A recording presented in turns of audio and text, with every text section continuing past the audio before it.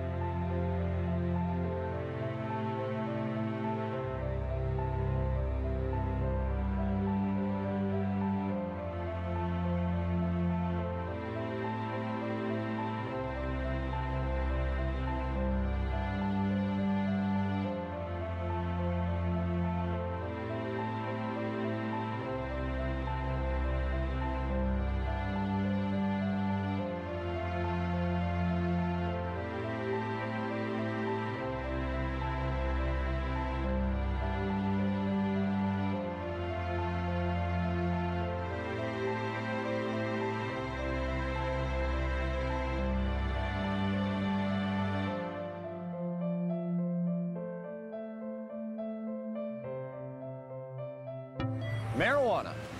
It's become big business. A multi-billion-dollar business, both in Canada and the United States. But why has it become such a big business? Here in British Columbia alone, it's speculated that the illegal BC marijuana trade brings in upwards of $7 billion annually. And up to 85% of that product heads south to the United States. Having become an international issue, when do the lines blur? How does a massive underground market like this survive while remaining illegal? Why is marijuana illegal in the first place? And if prohibition is meant to protect us, I guess the most obvious question is, does the prohibition work?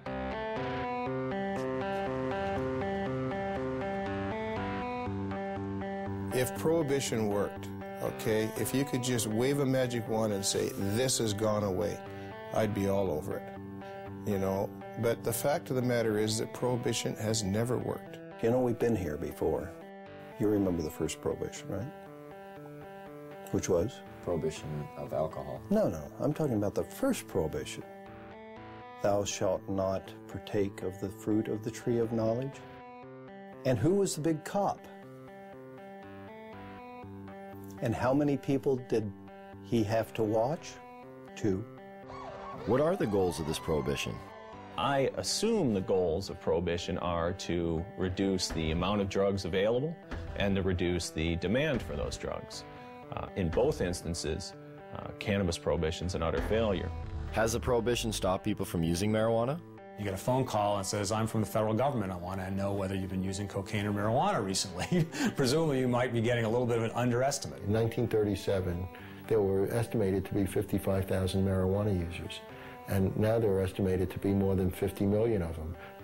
That's a 100,000% increase. Seems to be quite a few of them. Yes, I'm afraid there are. Whether the drug is criminalized or decriminalized does not affect the rates of smoking of cannabis, either uptake or of discontinuation. So what are the dangers of using marijuana? I don't know. I don't know. Gives you like a rapid heartbeat. Smoker's cough. I'm sure it has some effect on your brain function, memory. I don't know, is there something unhealthy about moving slowly? It's not good for you. You're not fully conscientious of what you're doing. Thickens some membranes in your brain or something. Well, it's been science. I guess I'm being told it's been scientifically proven that marijuana kills your brain cells. That's the one I remember. Marijuana kills brain cells. I thought the same thing. You know, I didn't start smoking pot until about 5 years ago. I thought pot made you stupid. You know, I bought into it just as much as anybody did. I realized when I was like 30 years old that I was tricked. I was like, you gotta be fucking kidding me. 1974, the Heath-Tulin study. Ronald Reagan announces, the most reliable scientific sources say permanent brain damage is one of the inevitable results of the use of marijuana. Monkeys pumped full of marijuana, apparently 30 joints a day, had begun to atrophy and die after 90 days.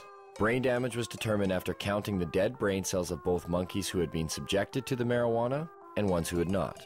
This study became the foundation of the government, and other special interest groups claim that marijuana kills brain cells. Here's what they didn't tell you. After 6 years of requests, how the study was conducted was finally revealed.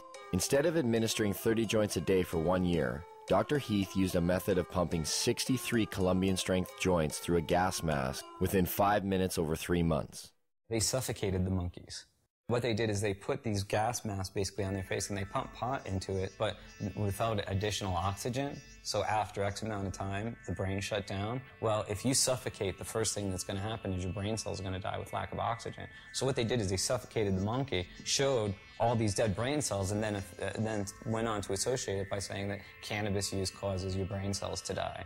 And how many people, not knowing the origin of the study, have gone on to quote it and re-quote it. And now people believe it. Studies since have shown no signs of any brain cell damage. In 2005, new research suggested that marijuana could possibly stimulate brain cell growth. That study hasn't received the same attention. Another common belief? Marijuana causes lung cancer. In the 1999 study by the Institute of Medicine that was paid for by the United States government, they had to use words like may and should cause cancer. We've been hearing for years them trying to say that it causes lung cancer, and we say, really, that's interesting because you can't even show us one case of cancer being caused by cannabis use alone. You definitely have to do it moderately because it does paralyze the cilia, but if it's not radioactive, you're probably not going to get cancer from it. Smoking can be harmful because of the proper use of smoke. not as a result of anything in the cannabis plant, but because they're intaking heated plant matter into their lungs. People said, well, you don't know, we haven't been smoking it long enough. Look what happened with cigarettes. We've had about 4 decades, or more than 4 decades of experience. If this was going to show up, it should have shown up by now. Finally, a study came out just in the last month verifying that cannabis smoke does not cause cancer. It's different than nicotine. And the elements in the tobacco smoke do cause cancer, and the elements in the marijuana don't. There's no cases of marijuana-only smokers getting brown lung syndrome. There's no cases of marijuana-only smokers getting emphysema. Strange for a plant that's so dangerous. How come none of that? Marijuana is as bad for you or worse than tobacco? Impossible. If they had the evidence, they'd be putting emaciated bodies or emphysema, lung cancer, black lungs, they would be parading them throughout the media. They don't have one. Yet people somehow or other think that it might cause the same thing.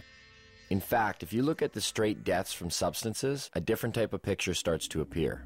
The #1 killer in the country? It beat out AIDS, heroin, crack, cocaine, alcohol, car accidents, fire, and murder combined. Tobacco. That's a nasty, dirty thing to say, son.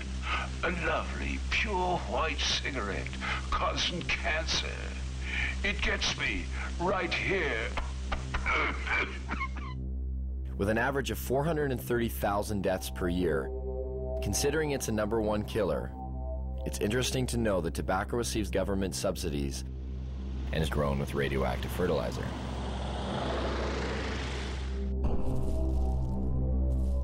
Now get out there and sell cigarettes. #2 on the list? If we don't include poor diet and physical inactivity, with well over 85,000 deaths a year, alcohol. As we look much further down the list, there are others that may surprise you. Caffeine comes in with 1 to 10,000 deaths a year. And some of our most popular pain relievers, non-steroidal anti-inflammatory drugs such as aspirin, still make an appearance with over 7,500 deaths annually. 300,000? For marijuana, I'd probably say then 80,000. I would say it would be hundreds of billions. Get ready for it. Here it comes. There are no deaths from cannabis use anywhere. You can't find one. In 10,000 years of known use of marijuana, there's never been a single death attributed to marijuana. There's 400,000 deaths in America alone every year that are directly attributed to tobacco. I've heard that you have to smoke something like 15,000 joints in 20 minutes to get a toxic amount of delta-9 tetrahydrocannabinol. I challenge anybody to do that. And even in the animal studies where people have loaded the animals up with doses that would be hundreds of times what a human could possibly be exposed to, no, the animals don't die. The LD50 seems to be astronomical. I mean, you can die from ingesting too much aspirin. You can die from ingesting too much coffee. The drug warriors who say we have to protect society, save these people, are being just a little bit disingenuous. Not one university or medical facility has ever recorded a single death directly attributed to marijuana. But never mind that. There's other problems, other reasons to fear it.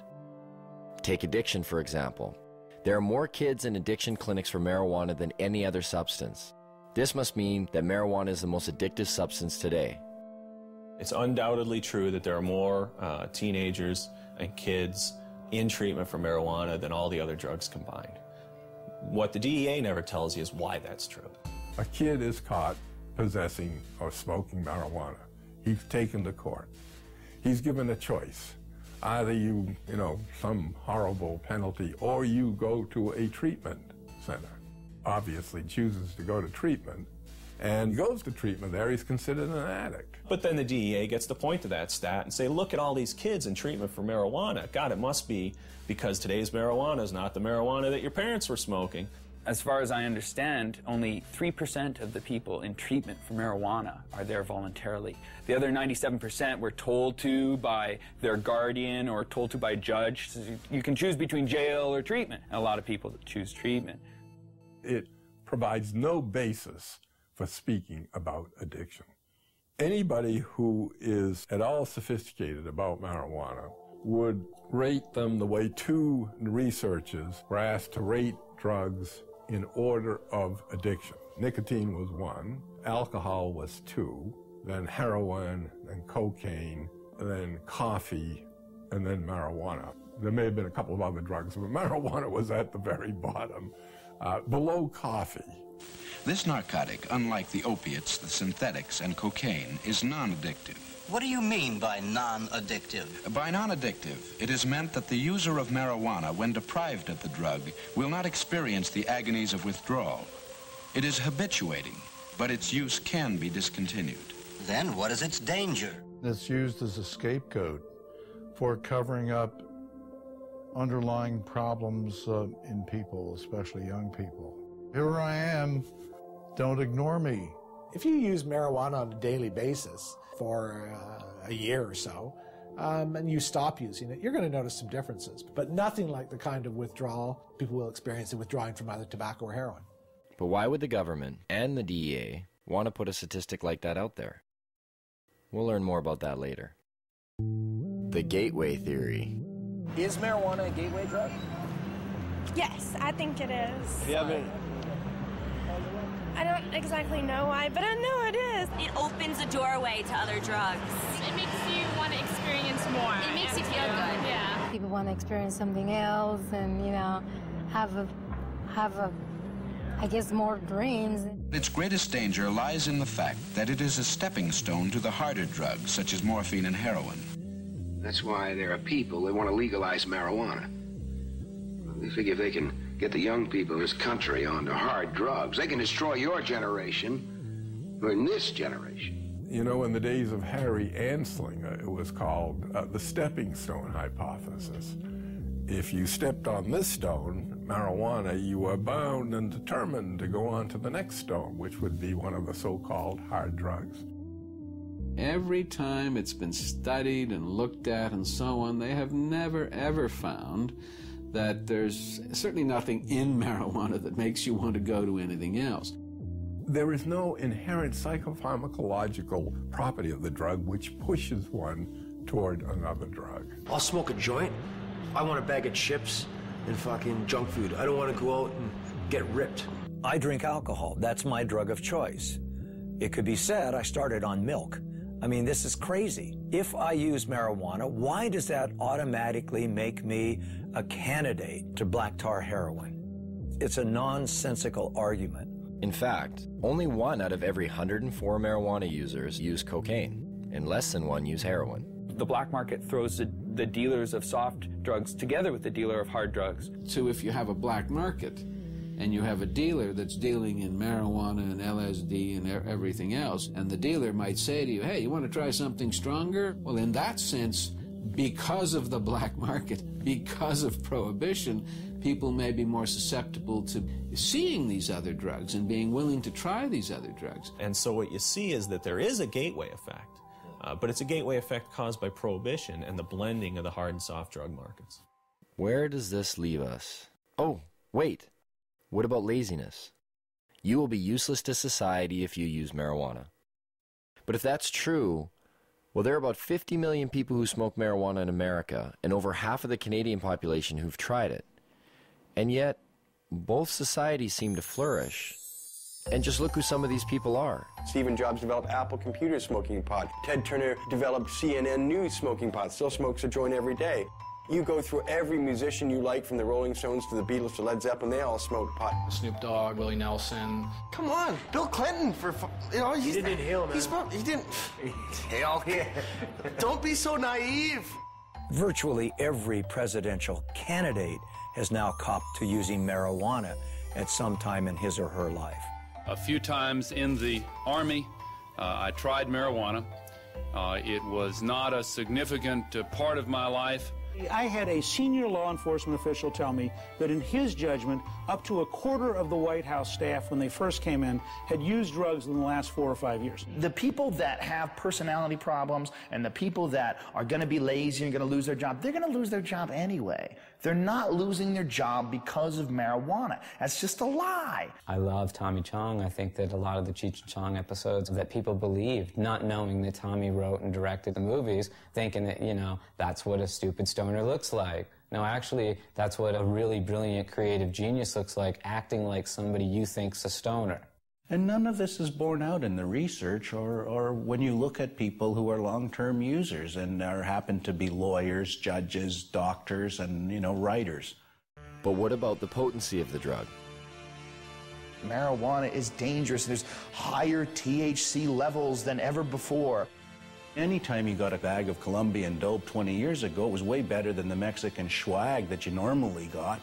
So there's always been a range of THC in plants, and the fact that we can now grow stuff that's equivalent of what Colombian was 20 years, well, it doesn't mean that we're boosting THC to unheard of levels. It just means, hi, there are some nuances in this discussion that people should be aware of. And I actually think that it's a real stroke of our own ego to think that for the 50 or so years of Prohibition that we've improved upon varieties that have been cultivated for drug use in places like India and such for thousands of years. People say, well, you can abuse marijuana. Well, shit, you can abuse cheeseburgers, too. You don't go around closing Burger King because you can abuse something. I can take a fucking fork and jam it in my eyeballs. That mean forks should be illegal? I could jump off a bridge. Should we outlaw bridges? Let's nerf the world. But what about all the crime and violence associated with marijuana? From beat cop to police chief, I saw ample evidence of the harm caused by alcohol and the absence of evidence caused by marijuana use. And I mean the complete absence. I cannot recall a single case in which marijuana contributed to domestic violence, crimes of theft, and the like. You want to know what a weed smoker looks like? You're staring at one. Like I'm a weed smoker. I'm not like crazy or, I'm not stabbing you right now. Most of the violent crime that's committed, or most of the crime period that's committed or having to do with drugs, is people who are on drugs committing violent crimes. If you make it legal, if you make it cheaper, you make it more available, you're going to have more violence, more addiction, Tom, that is more not crime. true. Stop lying to us. Oh, now come on. Stop lying to us. That is not true. Don't tell me that. I've smoked pot, Tom. But I've admitted it. I've done it. I've done all of the big three. I've done tobacco, I've done alcohol, and I've done marijuana, Tom. Guess what? Marijuana's the least of the three, pal. You guys prove me wrong or whatever. I want to hear someone that has smoked too much weed and went home and beat his wife and beat his children or whatever like you see on booze. The only big issue on alcohol is drunken driving and binge drinking among college students. Otherwise, you can drink to your heart's content. There are far more crimes committed under the influence of unadulterated, if you will, emotions. Anger, rage, jealousy. A lot of our understanding is driven by what's in the paper and on the television and the radio these days, and we get extremes, and the black and white thinking is reinforced, I think, by that. If only there was something to compare it to. Something that was prohibited at one time but is now regulated. So we could see what the difference might be. What could that be? What could that be? Under prohibition of alcohol, everything got worse. Everything. Alcohol prohibition really birthed and gave rise to massive organized criminal groups within the United States. It led to a general disregard for the law and a general disregard for police activity because it was a law that most people didn't obey. Would you have supported the prohibition of alcohol 75 years ago? Well, I'm glad you brought up the alcohol example. I mean, as a governor, you must have known firsthand the cost of alcohol. I hear this argument a lot of times, like alcohol. That isn't what I asked you, Tom. I asked you a specific question. Don't give me spin. I said, would you have supported the prohibition of alcohol 75 years ago? I don't think I would have. Why?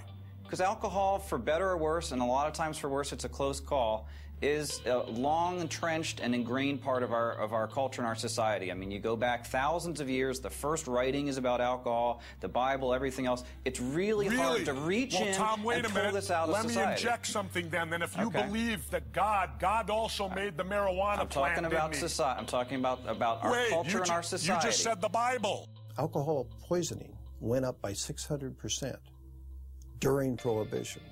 There were more speakeasies in large cities like New York City under Prohibition than there are taverns and liquor stores today. Sure, one can point to alcohol as being a continuing social problem, but we don't have people shooting each other over alcohol. When alcohol was prohibited People lived at that time to know the difference between prohibition and non-prohibition. They could see that the prohibition of alcohol caused the emergence of gangsters in the underworld that took control of these substances. Alcohol then was no longer in their control. Could this be the same for marijuana? It strengthens organized crime, without a doubt, because you have to be a criminal to sell it. It's that simple. This brings crime into it. That's why the benefits and the ability to make money is so huge in it. Weapons were used to intimidate people, and we've seized approximately 50 weapons, sawed-off shotguns, and most of them are loaded. Where's all this competition we've heard so much about? Do you call these prices low? Marijuana is just a weed, and marijuana is worth more ounce for ounce than gold. You don't find legal commodities, you know, at $200 an ounce. You don't even find them at $200 a pound. Heck, most things are $200 a ton for corn and grain and barley. That's why when you walk 10 pounds of marijuana across the border into the United States, it becomes worth 20 pounds. You create an artificially inflated value for that drug that is so huge that people decide it's worth murdering people in order to control this market. I think the Fraser Institute called cannabis prohibition a gift of revenue to organized crime. But what do growers and dealers think of this? Would you like to see the government in the future legalize marijuana here in BC? Stealing money from us? I know I wouldn't like to see it legalized. The government would control and regulate the product, and that could potentially hurt a lot of people in the industry. How can you compete with factories just have perfectly rolled out doobies? They'd perfect it, and we'd all be out of money. It makes for strange bedfellows. You've got the police and the high-level drug dealers both agreeing that we should maintain this prohibition. Well, when you got high-level drug dealers saying prohibition is good, you might want to scratch your head a little and think, well, shoot, why would they want to continue prohibition? I can't imagine why a grower who's making $150,000 or $300,000 a year would ever want to see marijuana legalized. I mean, the last thing a grower wants is sensible policy.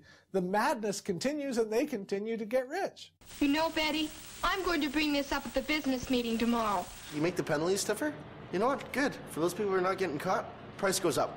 See, so not only do we allow them to tell us how much drugs are going to be supplied, the potency of those drugs, who they're going to sell to, where they're going to sell them, just to make sure they get it all right, we let them keep all the profits. So you've got essentially a Wild West. You've got an unregulated market in which anything can happen. It certainly may work for things that people generally accept, but if you try to prohibit something that's in demand, that the people want, then it's pure folly. And without control, it's hard to regulate areas of concern, like keeping it out of the hands of our children.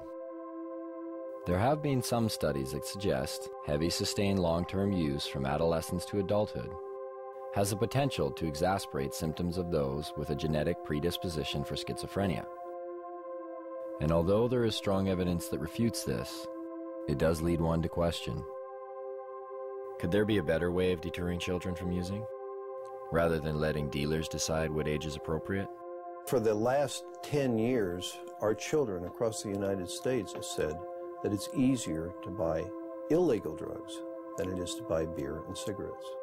It's harder to get beer because you have to go through a regulated establishment that's going to check ID, that's going to have those safeguards in place, that isn't just going to sell it to you because you got 40 bucks in your pocket. The guy down on the street corner, he doesn't want to know how old they are. You don't want to see an ID. He says, show me the money. And if they get the money, it doesn't matter if that child is 4 years old. They're going to get the dope. If you can't control the sale of the product, how on earth are you going to keep it out of the hands of kids? Could we be the creators of what we now see as some of our biggest problems? Have our solutions been prelude to our worst fears? You know, the use of the criminal law for the basis of public health is a wholly bad idea, no matter how you cut it. It doesn't work. You cannot legislate morality. One person can say it's immoral to legalize it just as much as someone can say it's immoral not to legalize it. It doesn't get you anywhere. You have to have a rational policy debate by talking about the consequences. Now, I've had young people tell me that, well, your generation had a martini and that was your crutch, and why can't we have our own kind of crutch? You know what? Why don't you be a generation that doesn't have to have any kind of crutch? It's a lot easier argument if you just say, oh, it's immoral. Then you don't have to debate why it is that alcohol kills so many more people than marijuana, or why it is that tobacco takes 7 years off your life, and we can't establish that marijuana does anything particularly. If people do drugs and they commit crimes while on those drugs, they should in fact be punished. But you can't punish someone for something that hurts no one. We should legalize marijuana, tax the hell out of it, and put every dime back into the healthcare system. Taxation and legalization? Doesn't that seem a little extreme? Wouldn't it be better to just decriminalize? The distinction is simple. Legalization of marijuana makes it a product that is legally available to adults. That doesn't mean that there's unregulated distribution, unregulated sale, and unregulated use. The decriminalization of marijuana still makes it an offense. You're not going to go to jail for it under a decriminalized model, but society is still saying no, no, no, no. It doesn't address the problems of organized crime, and it doesn't create a situation where you have retail sales. Decriminalization is just kind of a goofy concept. To say that it's legal to own something, to use it, to possess it, but not to produce it or sell it, just seems like this illogical position, because where did this stuff come from? It's the worst of both worlds. Sends out an incredibly bad message. It should be controlled like alcohol, like tobacco. The total impact for the U.S. budget from legalizing marijuana and taxing it at rates like alcohol and tobacco is somewhere in the $10 to $14 billion range. It can be used to pay for healthcare costs. It can be used to rebate to lower taxes and give people lower tax rates. It can be used for highways, for hospitals, for national defense. It's $14 billion and can be used for whatever its best use is. The production or the harvesting, the packaging, the sales of marijuana could be handled essentially the way we handle alcohol. You sell to a kid, you sell to somebody under the influence, your license is in jeopardy. That license ought to be hard to get and easy to lose. It seems to make sense. It's a little jarring, but nowhere are these issues more relevant than here in BC. Yes, marijuana is illegal here. And yes, police actively pursue growers and dealers. But that hasn't stopped the market from thriving. It's believed that the illegal BC marijuana trade industry employs anywhere from 90 to 150,000 people. And the product is now known around the world. It's even been given its own name. BC Bud. Bud. BC Bud. British Columbia Bud. I don't know what you are meaning. BC Bud? BC Bud. You guys know what BC Bud is? No. You guys know where British Columbia is? No. Isn't it in Britain? No, it's in Canada. When I say BC is famous for pot, weed and hippies, mountain, sea, marijuana. I used to think of the beachcombers back in the days, but now I just think of that BC Bud. Do you know what BC Bud is? No. Oh, it's really well known. BC Bud is bud that comes from British Columbia, and that's why they call it BC Bud or Beasters. Dude, you got the Beasters? Yeah, I got the Beasters, which means you got bud from BC.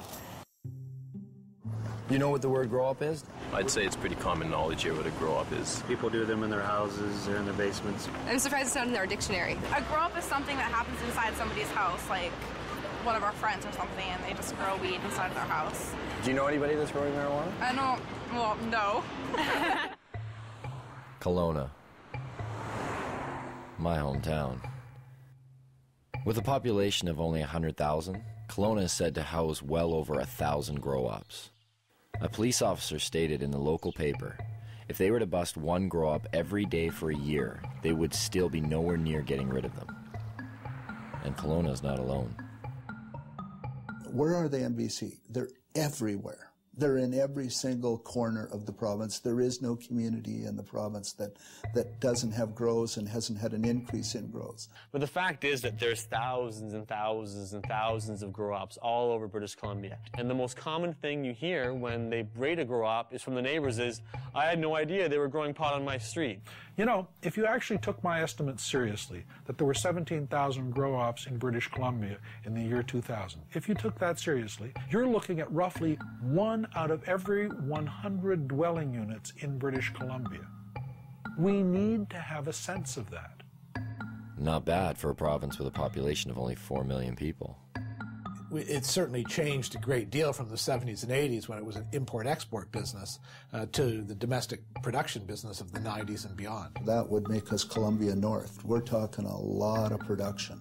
The reality is that there's a huge range of people involved in the marijuana industry in British Columbia. It's not a hierarchy. People don't beat you up if you go into the marijuana industry. It ranges from people growing a few plants to members of motorcycle clubs and others possibly being involved in the business.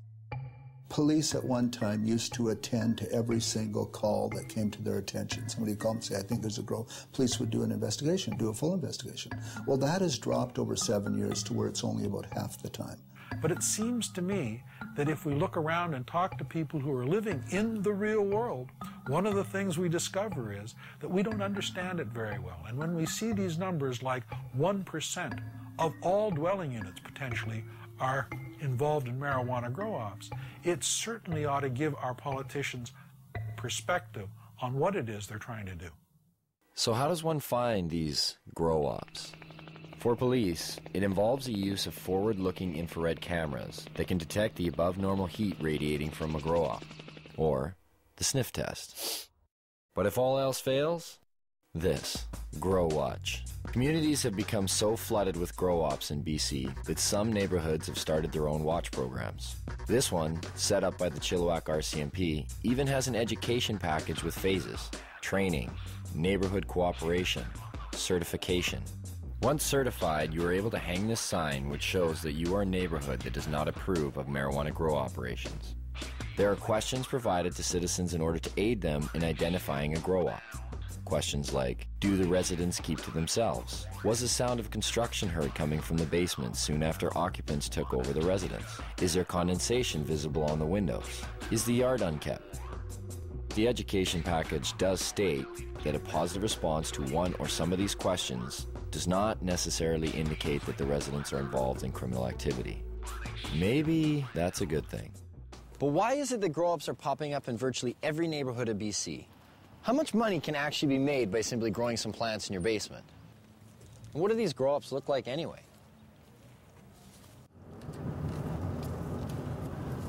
We finally got a grower. Right now we're driving to meet them. It's around 8 lights. It's not a huge show. This is what they use for clippers and stuff like that. When they hire clippers to do a show, you put these on, and if people are looking from the outside, it just looks pretty much like you're wearing sunglasses. But when you're on, I mean, I can't put them on right now because I'm driving, won't be able to see. This is everyone's getting glasses, director, thanks, other producer. Where's my phone? We just wait for the phone call, so we'll keep in line for when this comes to. Oh, I see a vehicle pulled up. Maybe that's them. Hello? Okay, so put the glasses on. Okay. Now, can you tell them we're just gonna have the camera running, but we're gonna have the lens cap on? Is that cool? Okay. Yeah. No. Hey, Diggs, we're gonna have the camera running, but we're gonna have the cap on, so there's no video. Shit. Yeah, just do it. Just keep it on. Just put the cap on. How you guys feeling? Feel that heart rate increased? So you're coming in the back seat? Yeah. All right. Okay. Good. You want the camera? Yeah. Cool. You're not feeling motion sickness? Oh yeah, now I'm feeling it. I'm feeling sick. You know, we're just going to hold people's arms and kind of guide them inside. Yeah, that's what I was saying, so I don't fall on my face here.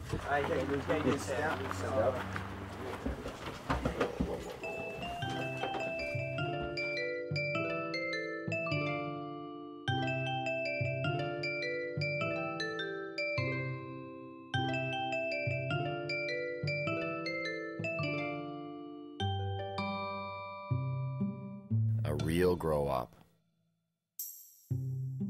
The grower admitted that this wasn't the biggest of grow-ops. In fact, it was probably on the small end of the scale in terms of size. But I really didn't care. There are just so many things to see. The lights, the tools, the power, the pots, and of course, the marijuana. What do you guys do for the smell? I noticed there's like a big... Well, we got this carbon filter here or whatever, and it just kind of filters the air in there, and then it goes underneath the house, and we have it so it goes into like a dog shed. So like I'm in the beginning stage and I'm learning. Over here, there's also another room in there. So you have a total of, is it 8 lights? 8 lights, yeah, they go on 12 hours. This one runs 12 hours in the daytime, this one comes on 8 at night. Did you say like a majority of the guys you know are just growing to earn some extra money? Yeah, it's like they have normal jobs and, you know, they're normal 9-to-5 type of guys. The grower told me he cropped out about every 2 months, and every crop was worth about $20,000. That's $120,000 a year. Even though this was a small grow-up, the numbers didn't seem small at all. If those kind of numbers are coming out of a setup of 8 lights, what kind of numbers are coming out of the big ones? And where do you find them? Well, it would seem just about everywhere. Barges, semi-trucks. Whether it was for the mobility of it, or whether it was an attempt to disguise the smell of burning marijuana, of growing marijuana, in any event, it's unusual for that reason. Even in train cars? Yes, it seems as though even our beloved caboose cannot escape grow-up fever. When we read that 20 train cars were buried underground to grow marijuana, busted or not, we had to see this. So we set out. But not before asking our sound man if we could use his SUV, and coaxing him with a little free gas. Where we were going, we would need it. We're in the boondocks, way up here. You wouldn't want to go over that puppy. This is what they brought up diesel fuel to power the generators in. With how much they were growing and how much the generators needed, I mean, that's a full truckload there. And finally, after a few hours on the highway and climbing up the side of a mountain, we get there. We had to go into 4 low just to get up here. And you can see I'm dressed right. I'm in jeans and frickin' sneakers. Fuck. My feet are cold. There's no neighbors. Like, look to the right. There's nobody there. Nobody here, nobody there. I mean, I imagine they're probably laid this way. They've been obviously following you, like where you're getting your diesel, where you're getting the tanks, where you buy 10 train carts, where you buy 150 lights. These are diesel pumps, and it looks like there's still diesel leaking in these things here. This is how you got down there. Just want to make sure it's okay to go down here. I feel like I'm going into a cave. All right, watch your feet there. Not as cold under here. About 8 train carts down that way, I'm guessing. So I can even see to the end, and then 2 deep. Each one is 2 deep. Down here, 2 deep. Down the next one, 2 deep. 3, 4, there's numbers on the wall. And then what they did is they cut them to make doorways, and that's how you have your hallways going into each one. There are water reservoirs here. And you see 1, 2, 3. You're like, okay, that's quite a bit. But then there's this one, and that one, and another one at the end. Look at these things. Like, no wonder the cops just left it. Moving this shit would be a pain in the ass. Yeah. These train carts, I see why they bought them. They got a deal. They're like all rusted in the bottom. We could start growing here tomorrow. There's still dirt and fertilizer ready to go. Oh, here, who wants a little leftover plant there? Look at this. Just look at all this wiring right here.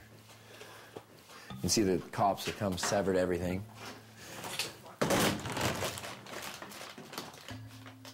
What are those chains for? Chains are where they were hanging the lights. The reason why they use the chains, because then they can adjust the height. You know what? Actually, you want to get me to run all the way down to see how far away I am? So I'm going to go to the end here and just show you how deep this is. And this was all filled with plants. Whoa. I'm at the end. Now I can hardly see over there. It's just like lights to me. This is how far away, like to give you an idea just how big this is.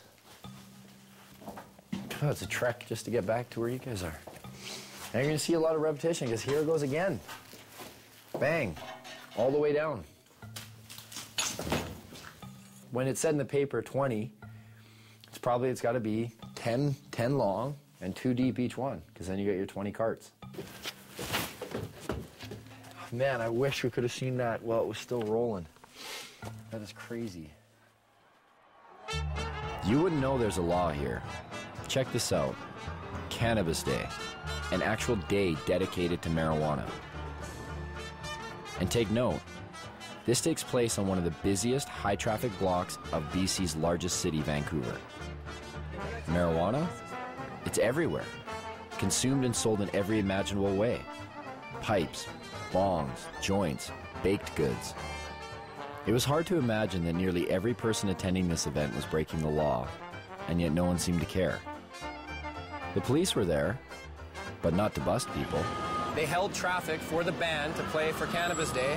Now they went back to their side of the street. Sure, no problem, brother. No problem. Complying with the 5-0. One of the organizers told me that in all the years this event has taken place, there's never been a violent incident, except once, by a man who's believed to be under the influence of alcohol. We heard there was a jazz festival happening at the same time on the other side of the block. It wasn't doing quite as well, but there was one group doing all right. Right up there, as you can see, still Cannabis Day going on, but right here, not even a block away, is a church retreat, and they're selling donuts. I was like, well, what do you guys think about the rally? And they're like, we need to pray for them. And I was like, what? You guys are selling food for them, right? And that's, I'm sure they've sold record amounts today, I guess, too. So we'll see. We'll get an interview here shortly, hopefully. The interview never came. There was so much marijuana, it was unbelievable. I think we almost all got contact highs just from being around the smoke. But I did get a donut. I did purchase some of these on the way out. Those church girls got me. A culture of marijuana has been established in BC, from paraphernalia to cafes, from seed selling to its very own political party, the BC Marijuana Party, even bakers.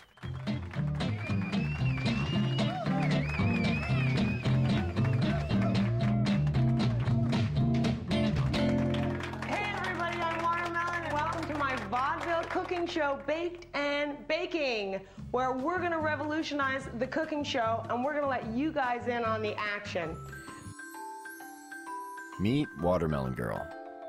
She's made a name for herself as BC's only drug dealing, nudist, comic, pinup, baker. Did I get all that in? She was arrested for selling her cookies down on Wreck Beach. A nude beach.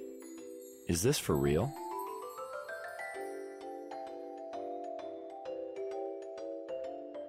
I'm like the Heidi Fleiss of weed. I tell everybody, like lawyers, doctors, like there's no proverbial yo G, you know, like none of those. Like all professionals come in through my house. You know, a lot of people with money, a lot of people in politics. You don't want to know who comes through here. You know, my mother was a baker and her mother was a baker, and we just bake. So I made these pot cookies and I started selling them. It's hard to ignore such a large demand. So if you got arrested one time on Wreck Beach, right? Yeah, I've been arrested more than once. Allegedly trafficking ginger snap cookies. Allegedly trafficking ginger snap cookies. So I'm assuming not regular ginger snap cookies, right? The one with right. Snap, crackle, pot. But even the judge is like, uh-huh. You know what I mean? Like he's seen violent crime after violent crime, and then along comes the cookie girl. Cops are supposed to come and remove undesirables from communities, and I clearly was not an undesirable person in my community. Like, somebody else needs cookies. Actually, I just got picked up by the National Speakers Bureau, so I actually go on speaking tour to universities and talk to kids about marijuana. Oh, really? Yeah, it's like the most genius. I'm like, you want me to talk about marijuana? We're like, okay. And they pay me to do it. Lock up your kids. This is a heinous crime. So at some point, one might ask oneself, how does an industry of this size function while remaining illegal? Where does the money flow? Who's profiting off of it? Is there really $7 billion floating around the province unaccounted for? Maybe people are feeling the effects and they don't even know it. Turns out there seems to be a system. Some have even given this system a name. Well, a lot of people here in town and stuff consider it a union, right? Union? Yeah, the union, and you know, it's like a different, it's a different term for pretty much industry. It's this underground thing where there's so many different tradesmen and different people all working together. You have to work together with people that you trust because it's illegal to do what people are doing here. So this is how the so-called union breaks down. And of course, there are many exceptions to this, but this is the typical setup. First, you have a home or landowner. He doesn't take on much responsibility. He is simply the legitimate owner of where the grow operation will take place. All he has to do is pick up a briefcase every 3 months and pay off his mortgage. His hands are clean because he can claim ignorance if the grow operation is busted. Oh, I'm sorry, officer. I didn't know they were growing marijuana there. Then you have his 50-50 partner, the contractor, who will provide the equipment and hire the grower or grow himself. The grower is known as the fall guy. Why the name? Because that's exactly what he is. If the operation is busted, he takes the fall. Once the crop is matured, clippers are then hired. They prep the weed for distribution by cutting away the excess leaves and stems. What a lot of people don't understand is a part of the marijuana plant that people smoke is the bud, which in essence is the plant's flower. It's not the leaves. Clippers are generally hired on an hourly wage starting around $20. Tax-free, of course. Once the marijuana is ready, in steps the weed broker. He's not always required, but sometimes the partner with the equipment needs a broker to buy his product and then sell it for him. In the event that a broker is required, it usually means the weed is headed south to the United States. In that case, the broker will buy the pot for somewhere between $1,800 and $2,000 a pound. He'll then hire a border jumper, a risk taker, someone who has the balls and hopefully the wits to get the product over the border. Some of the most common ways?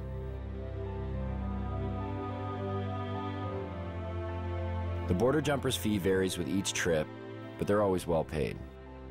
Once a product has reached the broker's U.S. connection, it will earn about $3,000 a pound. The farther south it goes, the more it makes. If it manages to make it all the way out east to areas like New York, the price is driven even higher, somewhere between $3,500 and $6,000 a pound. Stricter laws demand higher prices and in turn provide more profits. In Miami, 7 to 8 pounds of BC bud will trade for 1 kilo of pure yayo. Cocaine. That in turn makes its way back up to Canada. And sells for anywhere from $30,000 to $35,000 a key. If the marijuana manages to stay in the province, it will usually sell for around $1,800 to $2,000 a pound, depending on how flooded the market is. This is just the tip of the iceberg.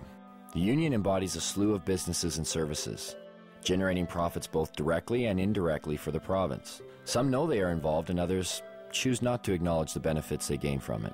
Carpenters build tables, rooms, sheds, and anything else that's needed for a grow show. Brand new homes are being built expressly for the purpose of housing a marijuana grow operation. Electricians set up lights, wire the electrical components, divert power if necessary. Hardware stores provide construction materials to build rooms and grow operation structures. Hydroponic stores supply lights, nutrients, soil, and other equipment needed to grow. Seed sellers provide, well, seeds. Clone growers create clones from other marijuana plants to aid in quicker grow cycles. Real estate agencies market houses to growers, unknowingly, but they profit all the same. There are some realtors, though, who are directly involved in the union and will actually cater to growers' needs, finding houses in secluded areas with big basements and power that can be spliced and stolen. Mortgage brokers and lease brokers who help growers with poor credit get the houses they need to start up. Banks who have minimal security to prevent illegal money from being deposited. The way it works now is deposits over $3,000 are sometimes questioned but are left up to the teller to decide whether the deposit is suspicious. If they believe it is, they may put a note on the account. It isn't until a $10,000 deposit that a mandatory FCAC form is filled out and sent away. But it is possible for $9,999 deposits to go through with little question. Oh, you sold some motorbikes. Cool. Oh, you sold your boat. Neat. Thanks for the business. You get the point. Lawyers and law firms provide counseling on how to make grow money legit. They help set up and incorporate LTD companies and holding companies to launder money. They also provide legal counsel to keep busted growers out of jail. The electric company who makes money off of enlarged electric bills due to excess lights. The only time they seem to get involved is when they think someone is stealing the power. Law enforcement receives budgets to fight the cultivation. They create special task forces like the Green Team to specifically target marijuana. Canadians spend $300 to $500 million annually on law enforcement and the justice system to enforce marijuana laws. Police also receive the benefits of seizing growers' and dealers' assets. And last, but definitely not least, everyday businesses. Bars, restaurants, clothing stores, boat dealerships, car dealerships. The money funneled indirectly through various everyday businesses. Growers and dealers like to spend money on everything. These growers, after they crop out, It's like they won the lottery. You can tell the ones who are selling it. The more they sell, the more bling bling they have on them. Do you think they just hold it themselves and tuck it away somewhere? No, they buy houses, they buy cars, they buy boats. They'll purchase restaurants, they'll purchase, you know, I mean, whatever they're into. Maybe that's why we got busted. We got too carried away. You can tell yourself you're not going to let it go to your head. But I said the same thing. But when the money comes in so easy, you get accustomed to that lifestyle, and before you know it, you become a steamer. You become a hot rod. And that's what it comes down to. Yes, organized crime moves a majority of the product once it's available on the market. But there aren't a lot of bikers out there watering plants. It's mom-and-pop operations. It's young guys who see opportunity. It's not easy to make that type of money doing anything, especially if you've been going to school for, you know, the past 4 years and you see this random other guy, you know, watering plants in his basement coming out of it with an extreme amount of money. Interesting. You have your degree. Yeah. And then you're in the... Yeah, I made the choice to put that aside and start growing weed. I could be making $33 an hour, which is a great wage, but really, why would I want to do that when I have the knowledge to make in a whole year in 2 months? What have we learned so far? Well, one, the prohibition hasn't reduced the demand, and it certainly hasn't reduced the supply. Two, it's a steady source of revenue for organized crime, which in turn attracts young people because the money is so easy. And three, being an underground market actually creates crime and violence. And yet, the only one paying the costs for all of this are the taxpayers, people like you and me. Even further, this whole deal is over a drug that seems to pose no more of a threat than the substances we already regulate. At the very least, why isn't this up for debate? Dwight Eisenhower once spoke of a military-industrial complex. Have we built up a marijuana prohibition complex? The real war on marijuana didn't start until 1972. And President Nixon said, you know, it's all the Jews smoking pot. And I mean, he really said that. When Nixon got into this with his war on drugs, he had things that he wanted to do. He had an agenda. A lot of the information that was kept and warehoused in the Library of Congress and also at major universities was actually recalled and destroyed. The Nixon report that came out through his administration, it was called the Schaefer Report. It was by a Republican governor, and when he studied it and gave an answer, you can pick this report up, pick up any page, open it, and if you actually have experience with cannabis, you'll realize they're telling the truth. And then when it came back saying that marijuana was essentially harmless, he totally ignored it, so we're going to launch a war on drugs anyways. Didn't even print as many copies that Congress and the House would have been able to see. 1970, beginning of the war on drugs. 76 New Jersey troopers became detectives. I was one of them. They designated 1/3 of us as undercover. I happened to fall in that 1/3. That's where I spent the next 14 years of my life. What we were targeted on was the pot smokers. There was a very good reason we were targeted on pot smokers. Most of them were protesting against the Vietnam War. Now, if you could arrest that whole group of people because they were smoking pot, you didn't have to have a Vietnam War protest, which Mr. Nixon thought was a pretty good idea. So when President Nixon declared the civil war that we're living in right now, the drug war, in 1972, it was really a war on marijuana. It really didn't kick in until the 80s when Reagan, took over as presidency of the U.S. Ronald Reagan, he said, these young people, they get together, they read books, they smoke marijuana, and they talk. Like these three elements were a recipe for disaster. How do I feel about legalizing marijuana? Am I for it or against it? I am totally against legalizing marijuana. And make no mistake, in the U.S. government, the focus of their war on drugs is cannabis. The focus of their rhetoric is cannabis. It's certainly used as a poster child for all drugs. When you see an ad for drugs, it's always the marijuana leaf that goes up. It's almost like a religious jihad, more powerful than going for the gusto. Causes people to think. When people think, they question. They question things like, say, the war in Vietnam, or race separation of blacks and whites like they did in the 30s in the jazz clubs, or women's rights, or the Gulf War, or oil wars. It's real simple. You put your loafers on, you put your black socks on, you get in your car, you have your briefcase, you say hi to your neighbors, he mows his lawn just like you do, and things keep moving along in the same direction they always have been.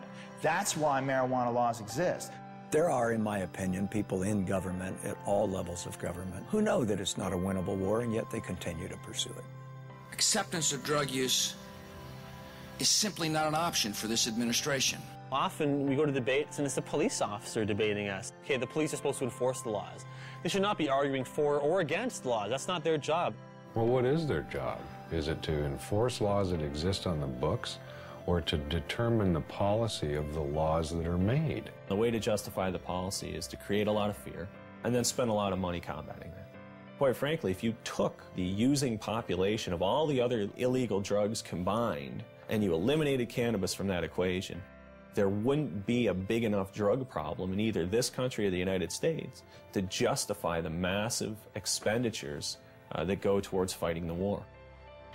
The amazing thing is the small amount of enforcement that is necessary.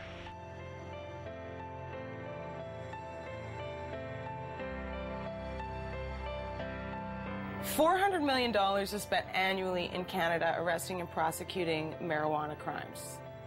The total budget in Canada for all drugs is $500 million.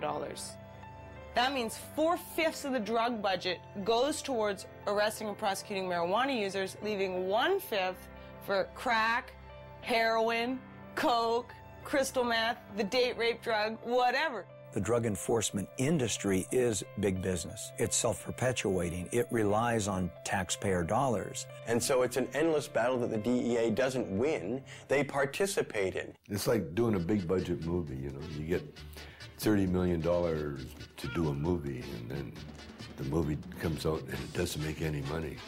But someone made $30 million. Every once in a while they'll show a guy, you know, posing beside a big bunch of marijuana, you know, this is the DEA money at work. It'd be like asking loggers about saving trees, you know what I mean? This is where their mainstay of their cash flow comes from. The campaign will continue until every available known plot of marijuana has been eradicated. We've got to live with it, doing the best job we can. Even if it's a bad job? We're all carrying a pretty impossible load, Miss Gibson. There are many, many police officers, however, who believe that it ought to be legalized, regulated, and controlled. They see the hypocrisy between our existing laws relating to alcohol and marijuana in their day-to-day life, shift after shift after shift, and they get it. But they don't want to lose their jobs.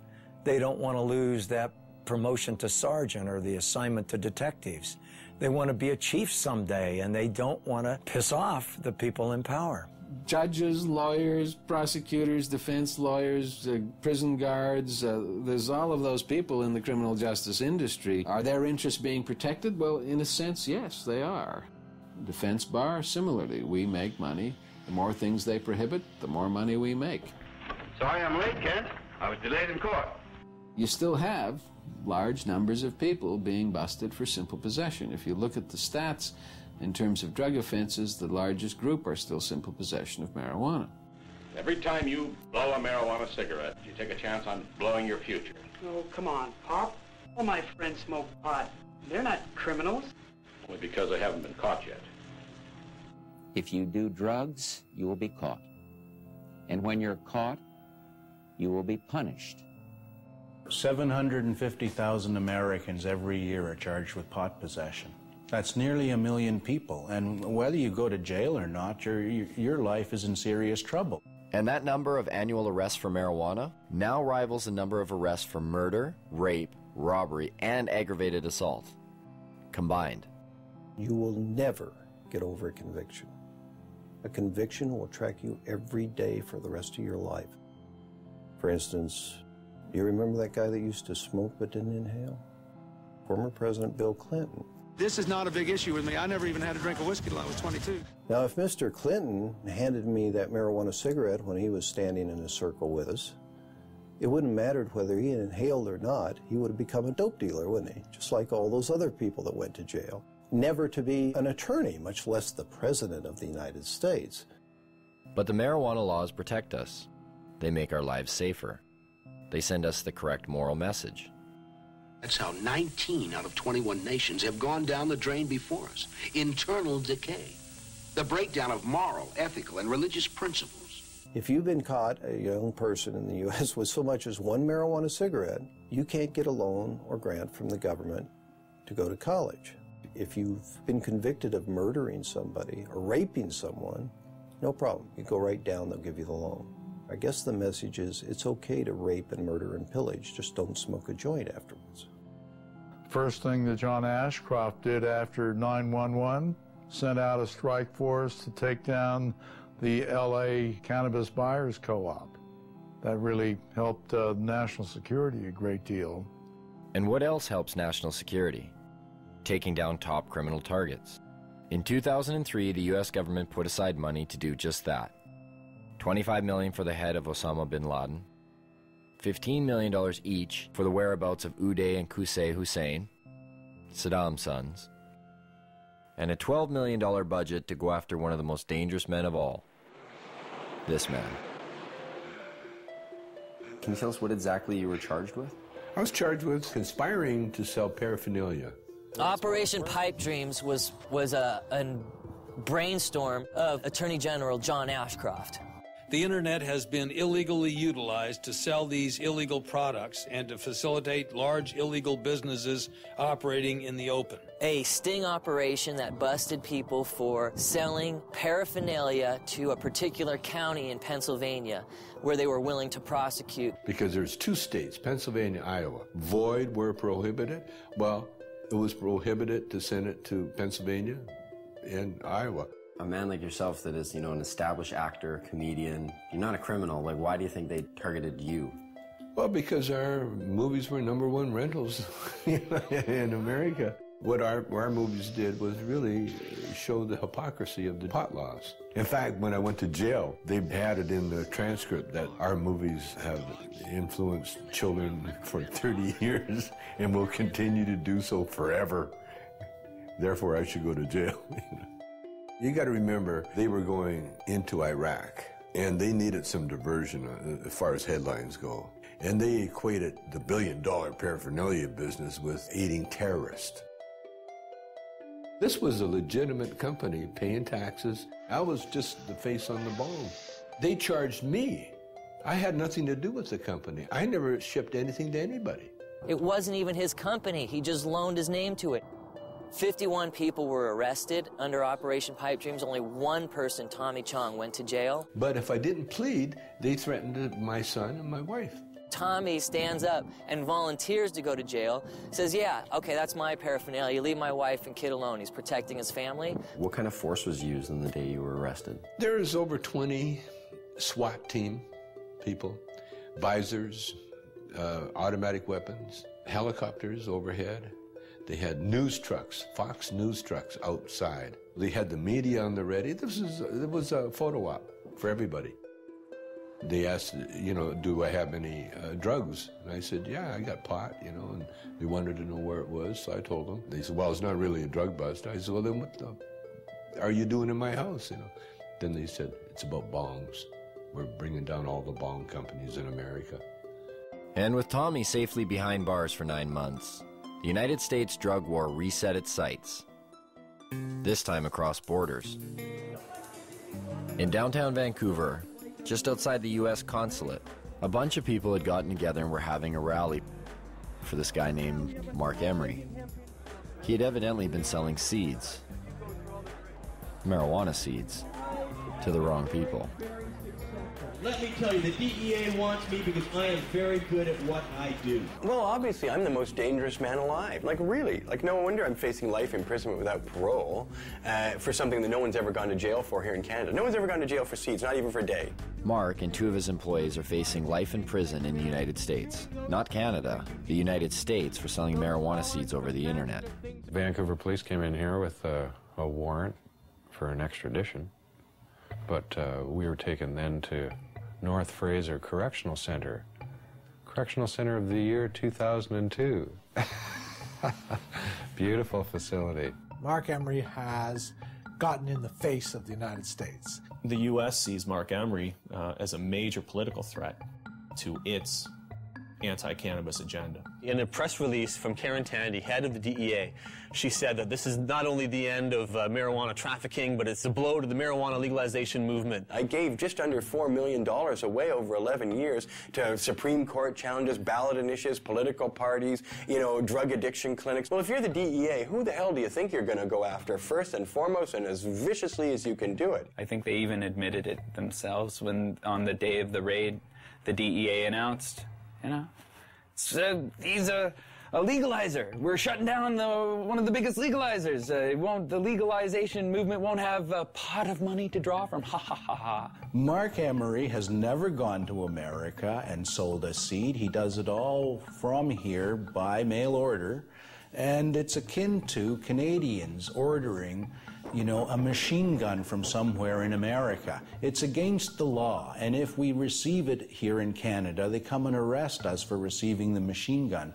They don't go to America and say to Colt, "Hi, we're arresting you because you sent a machine gun to someone in Canada." No one's been sentenced to any time in jail in the history of Canada in 35 years. We've had this law. 2 people, me and Ian Hunter in Victoria, were fined. There's all sorts of seed businesses still open. Mark's the only one out of about 50 retail cannabis seed businesses in Canada that's been charged. Mark has been paying the Canadian federal government taxes on income he has made from selling seeds. The government relied on the existence of these internet seed sellers so that patients who had qualified for medical marijuana exemptions, who were bugging them for seed, were being directed to these internet seeds, and Mark Emery specifically in some cases is the place to get their seed. It puts Canada and our government in a very difficult position because they've either got to hand over a Canadian citizen to a foreign government for activities that were entirely done in Canada, for which our own government, our own police are not willing to charge him. If the Canadian authorities who rubber stamp this shit think that what I've done is so bad,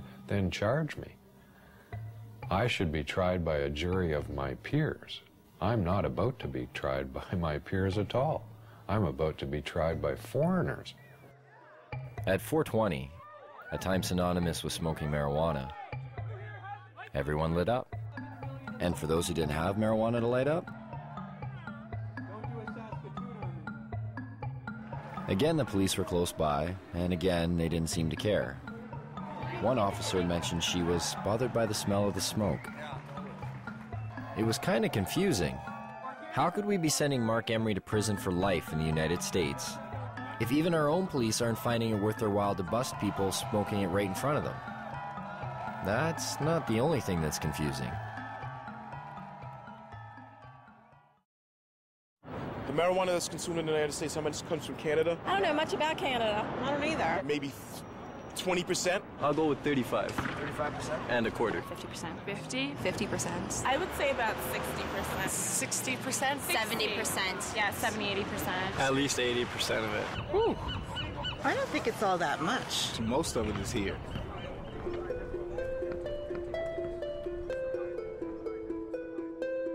We're getting the drug czar saying, BC bud. This was when some of the people in Canada were trying to get marijuana legalized. John Walters went up there and said, what you're talking about is passing a law that will allow you to export poison to my country. When we talk about poison, exporting poison, what do we export to Canada?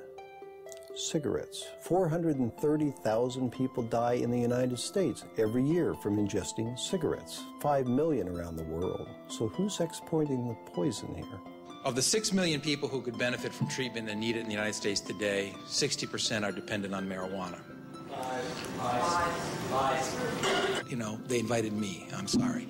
I wasn't sure who invited him and why he came here yet again. He's been here before. He needs to shake his head. So how about him shutting down the cocaine that's coming across the border? How about him shutting down the guns? Sometimes you feel like you've stepped into Alice in Wonderland. You've gone through the looking glass. In fact, more Colombians die from U.S. tobacco than Americans die from Colombian coca products. So what's the drug war really about? Because if you don't want American tobacco in your country, America will go to war in a trade sense with your country. You have Canada engage in cannabis policy reform and taxing and regulating cannabis, and all the scare stories haven't come true. you have an awfully hard time sustaining your own domestic policies. What do you think would happen between Canada and the U.S. if Canada were to legalize marijuana? There's been rumors that, they're like, we'll shut down the border. I don't think so. I've heard that too, but then my question is, do you want L.A., in the dark and thirsty?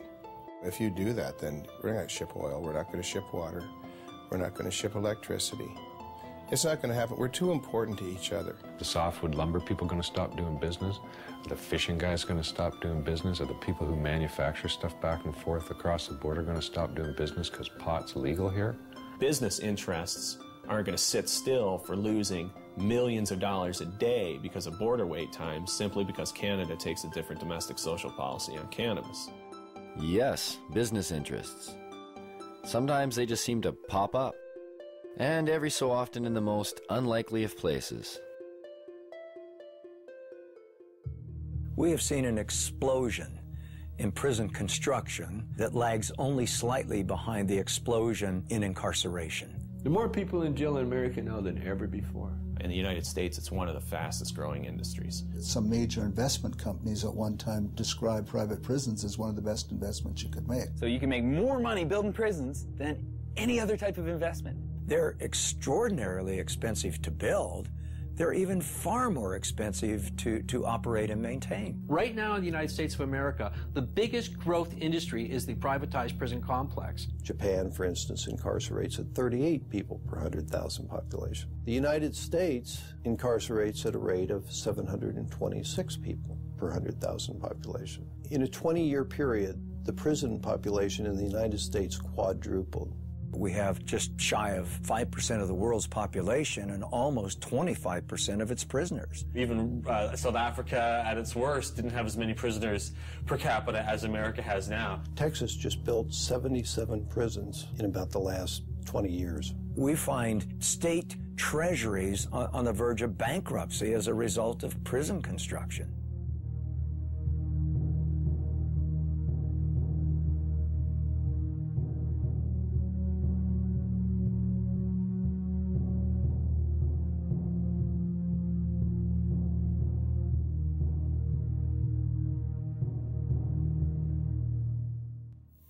Some think there won't be room for them in jail.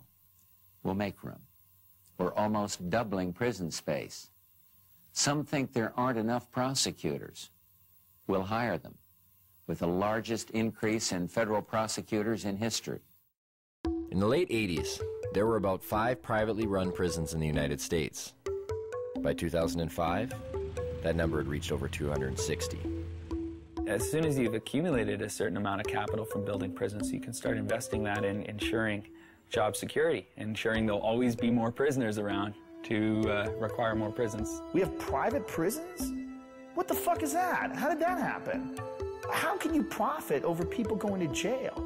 That's scary. That's a bad, bad sign. Our society is in deep, deep, deep trouble if nobody's looking into that. Correctional guard unions have become powerful lobbying groups, pushing for longer sentences on less serious crimes.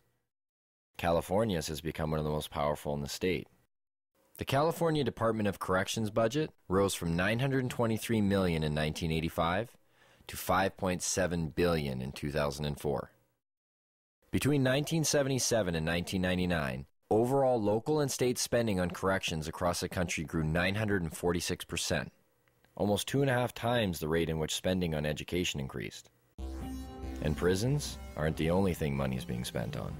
There are millions of drug tests per year. There's money to be made on that. It's huge. It started off with people saying, we really need to test people in dangerous occupations. Things like police officers should be tested, pilots in airplanes. Then somebody said, well, our athletes, we should probably test them for drugs too. Then somebody came along and said, well, it's not just the professional athletes. How about the athletes in colleges and high schools? They need to be tested too. And then they thought a little harder and they said, well, suppose we just test everybody that goes out for an extracurricular activity. That should be constitutional because they don't have to do that, you know. So now if you want to join the chess club at school or the French club, you got to pee in a bottle. Now they're pushing to make laws to test all children at school. All the studies show this doesn't have anything to do with whether kids use drugs or not. So it looks to me like this has a lot more to do with the money that's being made for drug testing. Can you imagine how much money will be involved if we can randomly test every child in school? A lot of these places that have been urine testing have refused to continue to do it because the only thing that these urine tests are finding is marijuana. The other drugs that people take dissipate from their systems fast enough to not be found. If they smoke a marijuana cigarette, 28 days later, if they pee in a bottle, they're going to show that they've had a drug. But if they use a hard drug, heroin, cocaine, methamphetamine, in a long weekend, nobody can tell that they've used that drug. So what does that say to our young people? It says, if you don't want to get caught, don't use the soft drugs, use the hard drugs. It's not just urine anymore, it's hair and saliva. They'll do blood testing. There's industry there. This is money. They're not doing it for free.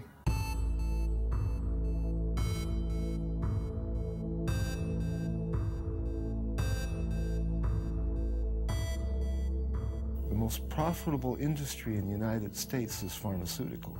Dollars involved is just staggering. Could it really be? Has medicine really become that profitable? The fact is it has. In 2005, U.S. prescription drug sales rose 5.4% to $251 billion, and global pharmaceutical sales rose 7% to $602 billion. Now, why would pharmaceuticals be threatened by a plant? The answer may be as simple as one word: natural. Because a significant amount of research to date has confirmed or suggested that marijuana in its natural state is still the most effective form. Can you imagine a world where you or I wouldn't have to pay for certain medicines? After dealing with about 10,000 patients over the last 15 years, I would say that over 200 different medical conditions respond favorably to cannabis. It appears to have benefits that we never ever knew about. Glaucoma, epilepsy, muscular dystrophy, arthritis, multiple sclerosis, wasting syndrome, nausea, chronic pain, depression, anxiety, hepatitis C, cancer, chemo, AIDS patients. Is there a product out there today that provides as many medical benefits as cannabis? No. It remains an unutilized major resource.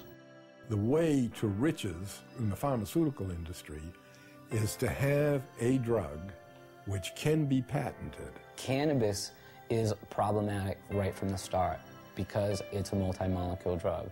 In 1930, it wasn't possible to patent plants, and that's the reason that pharma never picked up on this, because by synthesizing and owning compounds, that's where the profit motive comes into the pharmaceutical industry. The patent in the United States lasts for 20 years. Well, you can charge whatever you want at that time, and that's where you make the killing.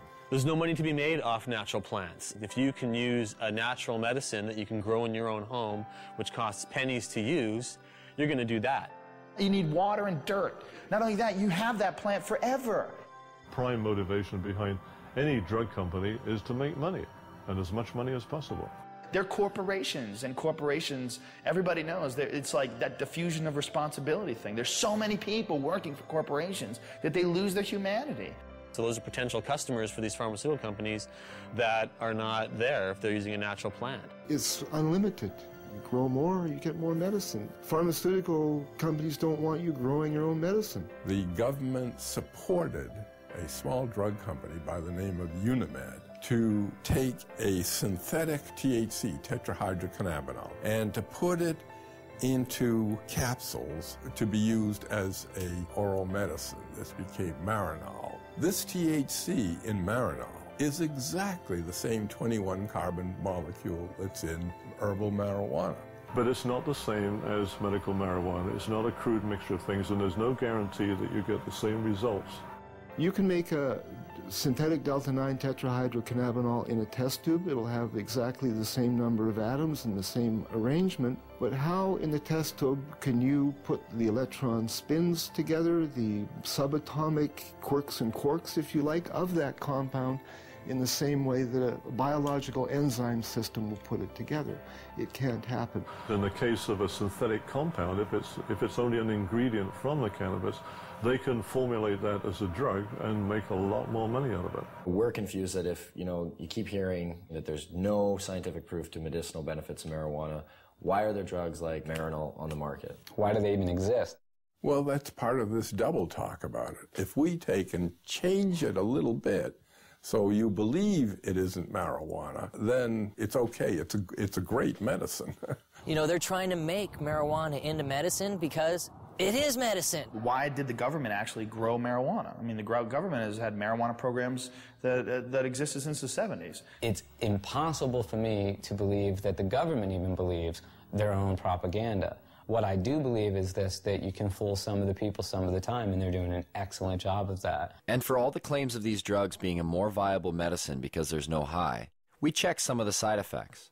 For Marinol, dizziness, feelings of exaggerated happiness, drowsiness. Last time I checked, those were signs of getting high. If it is indeed side effects of marijuana that are preventing the pharmaceutical world from accepting marijuana as a viable medicine, then they better start paying more attention to the products they've been marketing for years. Every year, prescription medicines kill over 100,000 people. The pharmaceutical industry has been excellent at convincing the public that they need their potions. If you watch any kind of commercial for drugs, they're always using the third person. For example, where does a headache come from? It comes from out there somewhere. Don't sell the steak, sell the sizzle. How many people in this country alone are addicted to antidepressants? How many people who are on antidepressants really have imbalances, and how many of them just got off of a bad relationship and they're depressed? It seems to be acceptable to give people something as long as you're wearing a white smock or you've given them a legal prescription. Doesn't matter how deadly the particular drug might be in terms of side effects. What we call modern medicine is actually alternative medicine because it's highly experimental, it's often dangerous, often toxic, and it kills a lot of people. To me, it's crazy. There's a lot of stuff out there that'll affect you in different ways. Look at aspirin, heroin, both invented by Bayer. I thought heroin came from opium seeds. And Just natural effect of opium, you keep making it more and more concentrated? No, you have to add certain chemicals to it and tweak it a certain way. It doesn't just come from opium itself. What was heroin made for? As a cure for morphine addiction and coughs. Heroin, the sedative for coughs. Pseudoephedrine. That's the main ingredient in methamphetamine, is to cure the cough, the cold. To get a cold, oh, I think I'll do some meth. When you look at it from a large perspective, like, what's weed? Even Francis Young, the DEA's own judge, who took medical testimony for over 2 weeks, made this statement. Marijuana, in its natural form, is one of the safest, therapeutically active substances known to man. Yet, despite this, and the ever-mounting number of real-world patient success stories, cannabis remains listed as a Schedule I narcotic. Under that category, marijuana is classified as having no known medical value.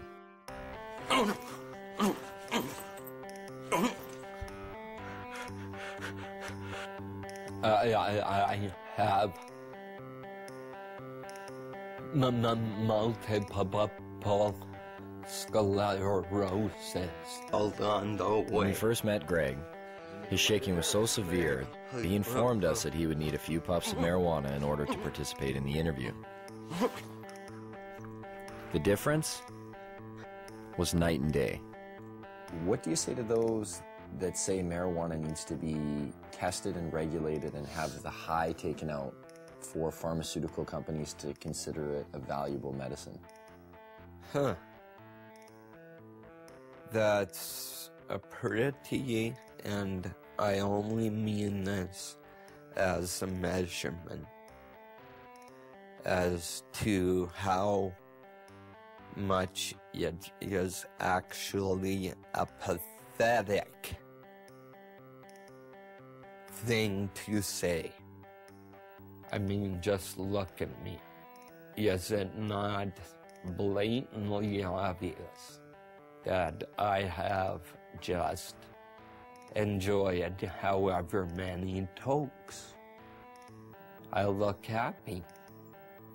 Greg has been using marijuana for years and stated to us that he's never experienced any negative effects. I'm never. I need my marijuana. That's stupid. It takes away my discomfort, let's call it. It does enhance my very being. Where do you think you'd be if you didn't get to smoke it, like dealing with your pain?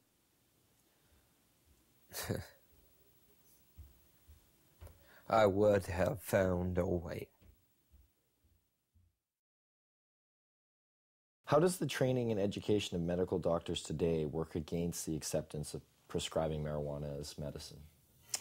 Well, it works against them because they're brought right from the beginning, right into the fold of the pharmaceutical industry. We're reading journals, they're reading these advertisements, or they're reading papers on drugs that were financed by the drug companies, or they're being seduced by the companies. Fancy dinners, a trip for a weekend. Would you like to have 18 rounds of golf? And some of them get outright money from the drug companies. I've met doctors who said when they first came out of medical school, they didn't know what to do. It was really overwhelming. They had live patients in front of them who needed help. They were very happy to have representatives tell them what medicines would be best for their patients. So doctors have a bias toward the products of pharmaceutical industries. They do not readily accept the idea that a simple plant or herb may be useful. I don't know if they think it's hocus pocus. I just think they don't feel that there's the kind of testing that they're used to. And that's the problem we have. What I try to impress upon these people is we're trying to put the science into it. And yet some people are very resistant to even attempts to do that. More of the funding is coming directly or indirectly from the drug companies. And these people, obviously, for obvious reasons, are determining the agendas. Now think of the lobbying potential behind the most profitable industry in the United States. Think of the power. And do they get their way? Why can't we explore its medicinal potential? Why can't we use it to make more products? To myself and people involved in this business, it stopped making sense a long time ago. The common response is really the medical marijuana is a stalking horse for legalizing it. And so what? What do they want? We should be making use of this plant. And really, that's all I can say. The restriction, the prohibition is all, in my mind, just stupidity. And I don't condone stupidity. And that's a problem.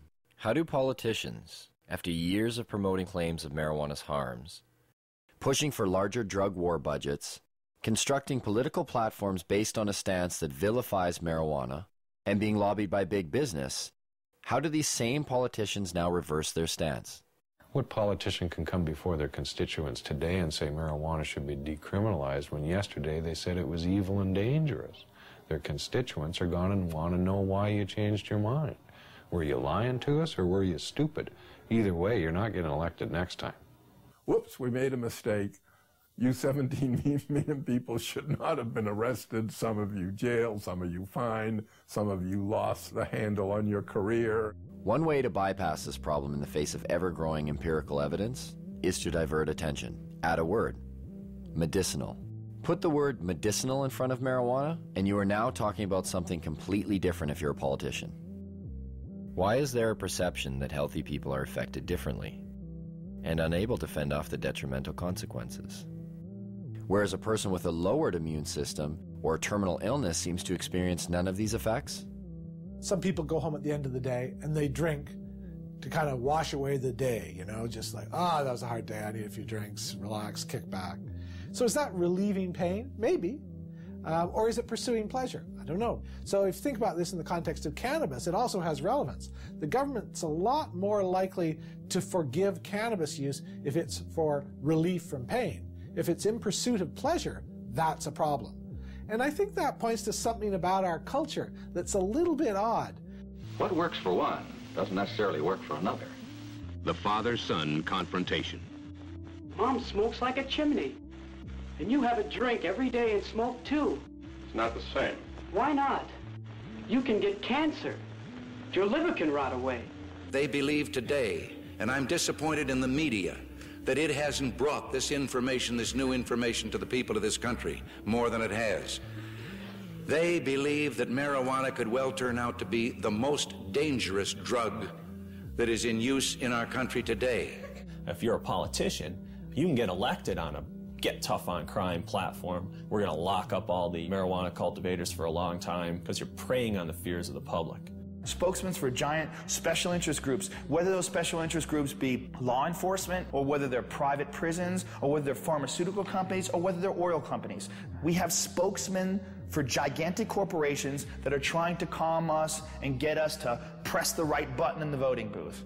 Everybody that gets in has their own agenda. They're beholden to their own lobbyists, so they don't go in and check the work of anybody before them. That's not their job, because God forbid somebody come in there and check what they do afterwards. I understand why politicians may be reluctant to act on their principles, but our politicians need to read their own polls, because this is one of those cases, and it happens a lot in life, where the people are ahead of their leaders.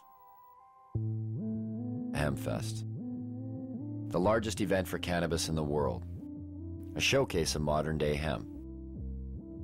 Sure, they used this stuff 70 years ago, but what good is hemp in a world like today? A world that appears to have everything it needs. It opens a whole new market.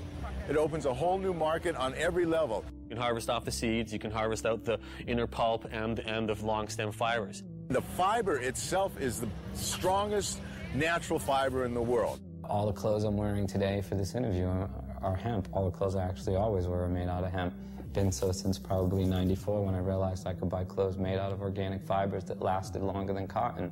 You can eat hemp seeds, and it contains all the essential amino acids and fatty acids. It makes fuel. You can make biodiesel out of it. Hemp is an excellent source for biofuel. When you grow hemp for fuel, every crop unleashes a huge amount of oxygen into the environment. And in fact, the same amount of oxygen that you lose when you burn it off, you gain back. So it's a closed cycle, ending the greenhouse effect.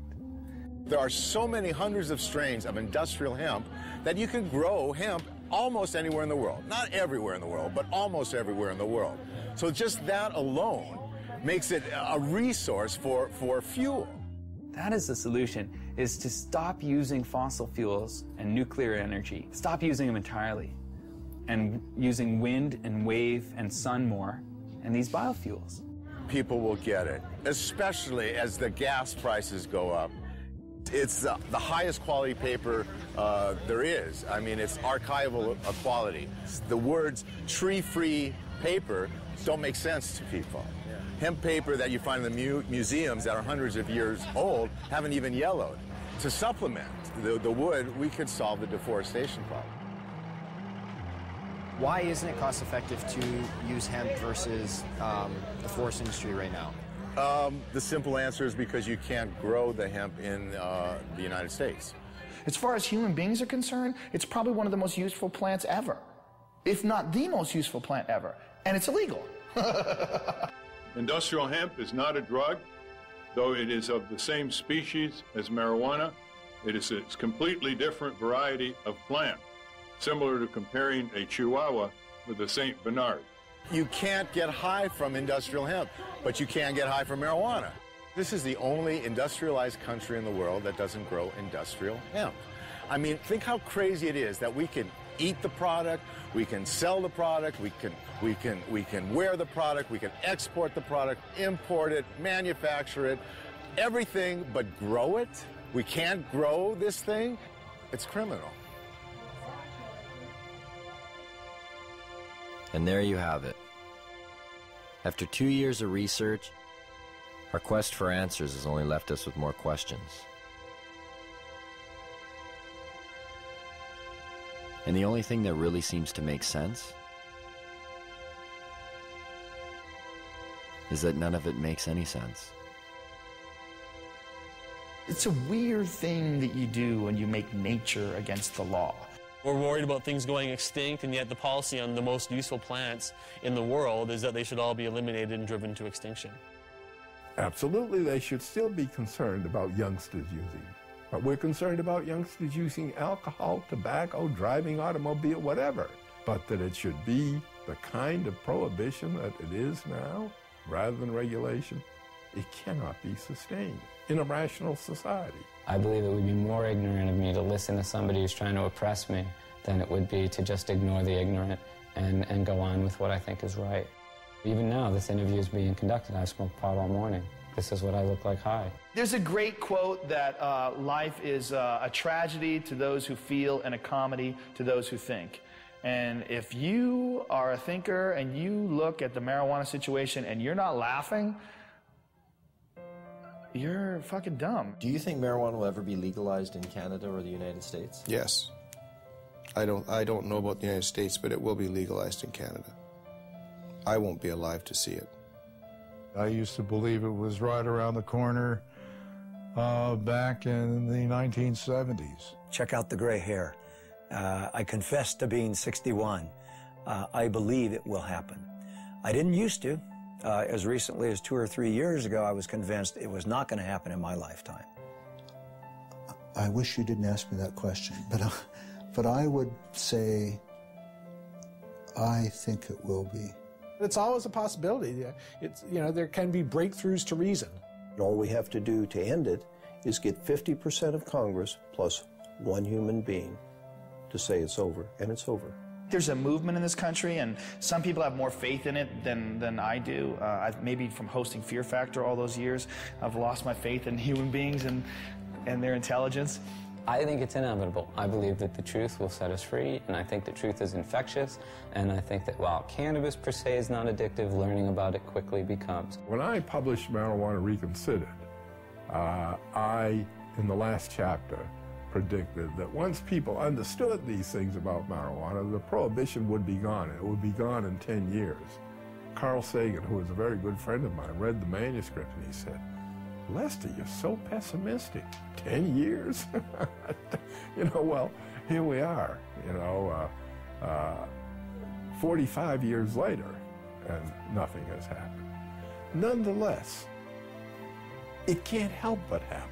I mean, you can't sustain a lie like that forever.